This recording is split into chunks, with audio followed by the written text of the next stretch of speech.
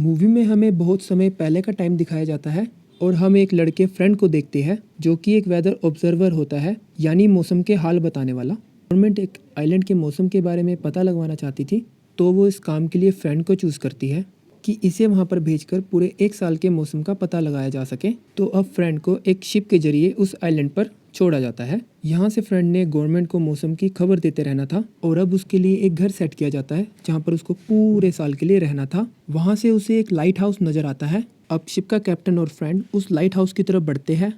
अंदर जाकर देखते हैं तो वहाँ पर एक आदमी होता है जो कि लाइट हाउस में ही रहा करता था। उसका नाम ग्रूनर था।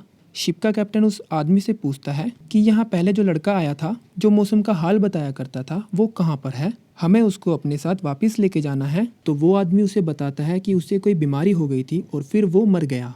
तो कैप्टन उससे पूछता है तो फिर उसकी डेड बॉडी कहाँ पर है।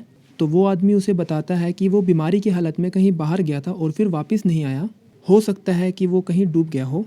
और फिर वो कैप्टन वहाँ से चला जाता है, लेकिन जाने से पहले वो फ्रेंड को अपनी एक गन देता है कि इस आइलैंड पर खतरा है और तुम अपना ध्यान रखना। और अब हम देखते हैं फ्रेंड वहाँ पर मौजूद अपने घर के अंदर आ जाता है। वहाँ पर उसको पिछले वेदर ऑब्जर्वर की डायरी मिलती है। उस डायरी में लाइट हाउस का स्केच भी था, साथ ही साथ अजीबोगरीब क्रिएचर्स का भी। फ्रेंड को लगता है कि वो अकेला रहता होगा और इस करके उसने ये स्केचेस बनाए होंगे। खैर वो फिर सो जाता है और अगली सुबह अपने काम पर लग जाता है।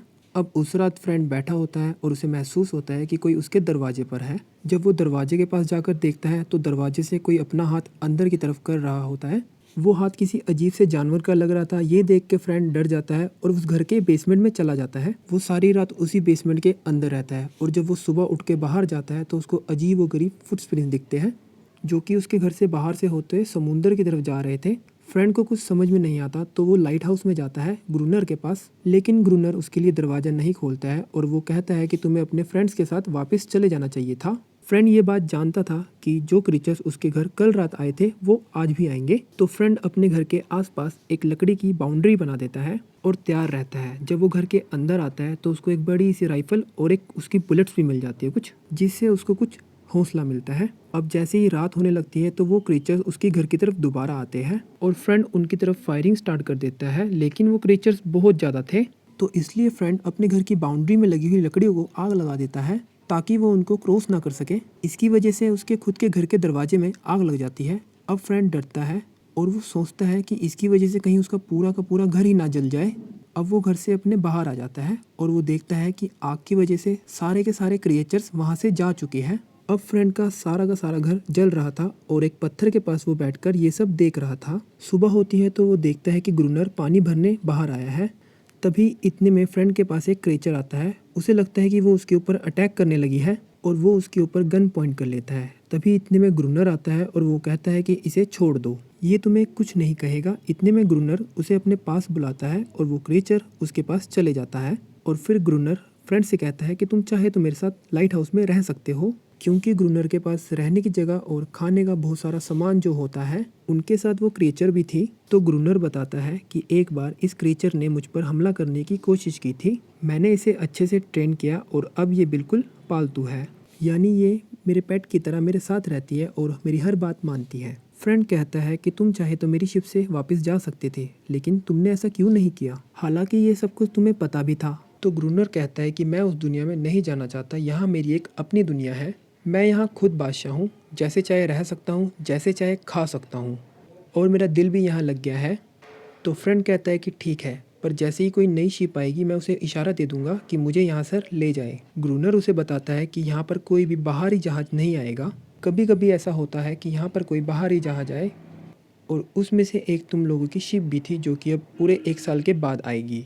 ग्रूनर उसे कहता है कि तुम परेशान मत हो, ये क्रीचर सिर्फ रात में हमला करते हैं, दिन में कुछ नहीं कहते, तो बस तुम्हें रात में अपनी हिफाजत करनी पड़ेगी, मैं भी तो यहाँ रह रहा हूँ। अब ग्रूनर उस क्रीचर को छत पर छोड़ के आता है और फिर वो रोने लगती है और उसकी आवाज़ सुनकर उसके साथी क्रीचर्स वहाँ पर आ जाते हैं और लाइट हाउस पर हमला शुरू कर देते हैं। तो ग्रूनर उनके ऊपर फायरिंग स्टार्ट कर देता है। वो फ्रेंड से भी कहता है कि तुम उनके ऊपर शूट करो, लेकिन फ्रेंड से ये सब कुछ नहीं हो पाता और वो बेहोश हो जाता है। और दूसरी तरफ ग्रूनर सारी रात उन क्रीचर्स से लड़ता रहता है और सुबह होने पर वो फ्रेंड को जगाकर कहता है कि उठो, अगर तुम्हें यहाँ पर रहना है तो तुम्हें कुछ काम करना होगा, तुम्हें इन क्रीचर से लड़ना होगा, खुद में थोड़ी एनर्जी लेके आओ और वो फ्रेंड को फिर पानी लेने बाहर भेज देता है। जब वो पानी लेकर वापस आता है तो वो देखता है कि ग्रूनर और वो फीमेल क्रीचर साथ साथ है। ये सब देखकर फ्रेंड को काफ़ी अजीब लगता है और फिर वो तीनों खाना खाने लगते हैं। अब रात होती है तो वो सिर्फ क्रीचर्स फिर से आने लगते हैं।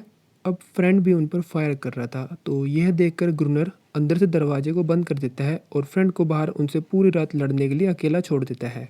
फ्रेंड सारी रात उन पर फायरिंग करता है और उनसे लड़ता है। सुबह हो जाती है और हम देखते हैं कि साथ रहने के बावजूद भी फ्रेंड और ग्रूनर में बिल्कुल भी दोस्ती नहीं हुई और वो बस यहाँ पर रहकर गुजारा कर रहे हैं। अब फिर से रात हो जाती है और हम देखते हैं कि अब की बार जो क्रीचर्स है वो यहाँ पर नहीं आते। तो फ्रेंड ग्रूनर से कहता है कि हो सकता हो कि वो हम दोनों को देखकर डर गए हो और अब यहाँ पर नहीं आने वाले, क्योंकि वो जान गए हैं कि हम उनका मुकाबला कर सकते हैं। तो ग्रूनर कहता है कि नहीं, हमने उनको मारकर कम कर दिया था, तो वो अब अपनी जनरेशन को बढ़ा रहे हैं और फिर हम पर अटैक करेंगे। इसी दौरान हम देखते हैं कि वो क्रीचर जो उनके साथ रह रही थी, फ्रेंड को अब उस पर तरस आने लगता है कि वो अपनी फैमिली से दूर रह रही है। वो उसका नाम अनेरिस रखता है। अब ऐसे ही काफ़ी रातें गुजर चुकी थी और किसी भी क्रिएचर ने उनके ऊपर कोई हमला नहीं किया था। तो इसी चक्कर में ये बेपरवाह होकर चेस खेलने लगते हैं और आज की रात इन्होंने लाइट हाउस के बाहर लाइट ऑन भी नहीं की थी कि तभी बहुत सारे क्रिएचर्स इनके ऊपर अटैक कर देती है और उस हमले में ग्रूनर का पाँव बहुत बुरी तरह जख्मी हो जाता है। लेकिन खैर उन दोनों की जान बच जाती है। तो वो फीमेल क्रिएचर यानी कि अनेरिस ग्रूनर का पाँव चाटकर ठीक कर रही होती है, क्योंकि उस क्रिएचर के सलाइवा में ऐसी चीज़ थी जिससे किसी भी चोट को ठीक किया जा सकता था। अब एक दिन फ्रेंड समुद्र के किनारे में खड़ा होता है तो उसको एक शिप नज़र आती है। तो वो भागकर फ्लेयर गन लेके आता है ताकि उनको बता सके कि उनको मदद की ज़रूरत है। पर इससे पहले वो फ्लेयर गन चलाता, पर ग्रूनर उसको आकर मना कर देता है, क्योंकि ग्रूनर नहीं चाहता था कि कोई यहाँ पर आए और फ्रेंड जल्द से जल्द उस आइलैंड से बाहर निकलना चाहता था। तो वो उसे मारने लगता है कि तुमने मुझे गन क्यों नहीं चलाने दी।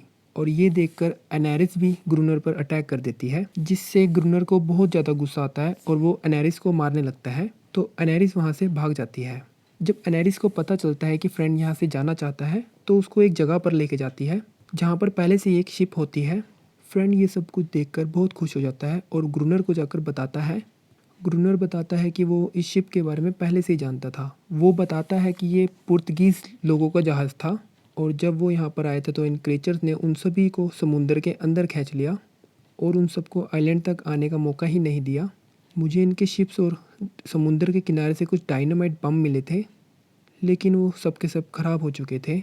तो फ्रेंड ग्रूनर से कहता है कि चलो हम उस शिप की जाके तलाशी लेते हैं, हो सकता है कि हमें वहाँ कुछ मिल जाए। तो ग्रूनर कहता है कि नहीं, मुझे इसमें कोई इंटरेस्ट नहीं है, तो तुम्हें अकेले जाना होगा। तो फ्रेंड उसको कहता है कि बस तुम मेरे साथ जाना और ऊपर से ऑक्सीजन पंप करते रहना, पानी के अंदर मैं खुद जाऊंगा। और सोचो, अगर हमें डायनामाइट मिल जाता है तो हम बहुत सारे क्रिएचर्स को एक साथ मार सकेंगे। लेकिन ग्रूनर मानने को तैयार ही नहीं होता। अब अगले दिन हम देखते हैं कि समुद्र में अनेरिस होती है और फ्रेंड भी वहाँ पर होता है, तो दोनों एक साथ समुद्र में नहाने लगते हैं। ग्रूनर उनको दूर से देख रहा था और जेलसी खा रहा था कि इनकी इतनी ज़्यादा दोस्ती कैसे हो रही है। फ्रेंड जब लाइट हाउस वापसी आता है तो ग्रूनर उसको कहता है कि ठीक है, मैं तुम्हारे साथ शिप में जाने के लिए राज़ी हो गया हूँ। अब वो दोनों शिप के पास चल पड़ते हैं और ग्रूनर उसको समझाता है और फ्रेंड ग्रूनर से कहता है कि अगर मैं 3 बार रस्सी को खींचूँ तो समझ लेना कि मुझे तुम्हारी हेल्प की ज़रूरत है। अब फ्रेंड पानी के नीचे चला जाता है और लकीली उसको बहुत सारे ऐसे बॉक्सेस मिलते हैं जिसमें बहुत सारे डायनामाइट होते हैं। फिर वो एक एक करके बॉक्स ग्रूनर को पकड़ाने लगता है और तभी वहाँ पर क्रिएचर्स के बच्चे आ जाते हैं। फ्रेंड अब डर कर 3 बार रस्सी को खींचता है कि शायद ग्रूनर उसको ऊपर खींच ले, पर ग्रूनर जानबूझकर उसको ऊपर नहीं खींचता क्योंकि वो उसको अब बचाना नहीं चाहता था। तो फ्रेंड अब अपनी मदद खुद ही करता है और अपनी ड्रेस खोलकर समुद्र के ऊपर आने लगता है और फिर वो डायनामाइट लेके लाइट हाउस की तरफ चल पड़ते हैं और लाइट हाउस के चारों तरफ वो डायनामाइट लगाने लगते हैं। लेकिन बुरी बात ये होती है कि उसके 1 हफ्ते तक कोई भी क्रिएचर वहाँ पर नहीं आता। और अब हम देखते हैं कि इस आइलैंड पर सर्दी जो कि ज़्यादा बढ़ने लगी थी।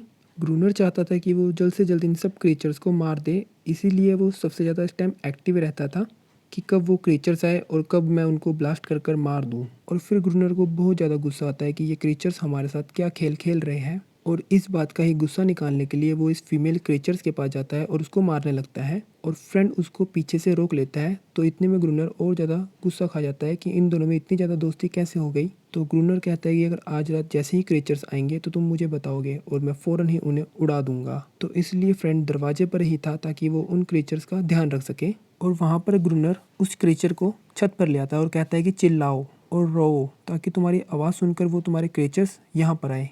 और इसी के साथ वो रोने लगती है और ऐसा ही होता है कि बाकी क्रिएचर्स वहाँ पर आने लगते हैं। आते ही वो नीचे खड़े फ्रेंड पर अटैक कर देते हैं और फ्रेंड जैसे तैसे कर अपनी जान बचाकर लाइट हाउस के ऊपर आ जाता है और इसी के चलते ग्रूनर उसको ब्लास्ट कर देता है, जिसके कर सारे क्रिएचर्स मारे जाते हैं और वो दोनों भी बहुत जख्मी हो जाते हैं। और बाद में जब वो अनेरिस को ढूंढते हैं तो वो वहाँ पर नहीं होती, वो वहाँ से जा चुकी होती है।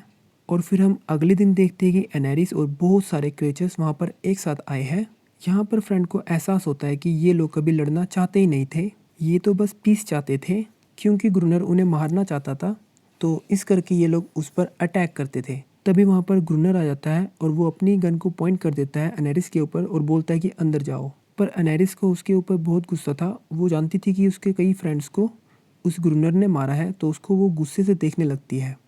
ये सब कुछ देख के ग्रूनर को यकीन नहीं आता और वो पागलों की तरह बातें करने लगता है कि ये क्या हो गया। और इसी के साथ वो लाइट हाउस के अंदर चला जाता है।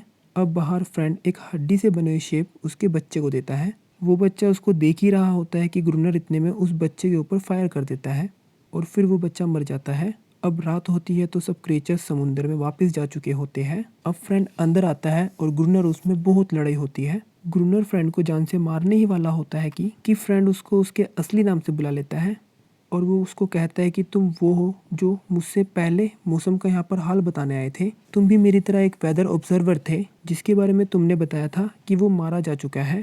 ये सब कुछ सुनकर ग्रूनर बहुत घबरा जाता है क्योंकि ग्रूनर नहीं चाहता था कि कभी भी उसको किसी की असलियत पता लगे, वरना उसको वहाँ से वापस बुला लिया जाता। उसका दिमाग अब वैसे भी बैलेंस में नहीं रहा था। वो लाइट हाउस के बाहर चला जाता है और इतने में सब के सब क्रिएचर्स उसके ऊपर अटैक करते हैं और उसको मार देते हैं। अब फ्रेंड वहाँ पर अकेला बच गया था। अब यहाँ पर रहते रहते फ्रेंड को पूरा 1 साल हो गया था और तभी वहाँ पर कुछ लोग और एक शिप का कैप्टन आता है और उनके साथ एक और वेदर ऑब्जर्वर था जो कि यहाँ पे अब फ्रेंड की जगह काम करने वाला था। यहाँ पर फ्रेंड की हालत काफ़ी ख़राब हो चुकी थी, उसके बाल और दाढ़ी बहुत बढ़ चुके थे। उसे देखकर वो लोग समझते हैं कि शायद ये ग्रूनर है जो कि लाइट हाउस में काम किया करता है। और ये सब कुछ सुनकर फ्रेंड भी खामोश रहता है क्योंकि वो उन सबको अपनी असलियत नहीं बताना चाहता था। वो लोग उससे जब फ्रेंड के बारे में पूछते हैं तो सेम वो वही जवाब देता है जो कि किसी टाइम पर उन्हें ग्रूनर ने दिया था कि उसे कोई बीमारी हुई और वो मारा गया। फ्रेंड भी वहाँ पर वैसा ही फील कर रहा था जैसे कि ग्रूनर फील किया करता था। वो यहाँ पर पीस से रह रहा था, उसको कोई कुछ नहीं कहता था और उसे ये ज़िंदगी काफ़ी अच्छी लग रही थी। और तभी शिप कैप्टन कहता है कि यहाँ की तलाशी ली जाए और फिर हम देखते हैं कि एनेरिस भागते हुए समुद्र में छलांग लगा देती है, जिससे ये जाहिर होता है कि ये दोनों यहाँ पर समुद्र में एक साथ रह रहे थे और इन्हें तंग करने वाला यहाँ पर कोई भी नहीं था और अब फ्रेंड भी यहाँ से अब जाना नहीं चाहता था। और ठीक इसी के साथ ये मूवी एंड हो जाती है। Thank you for watching.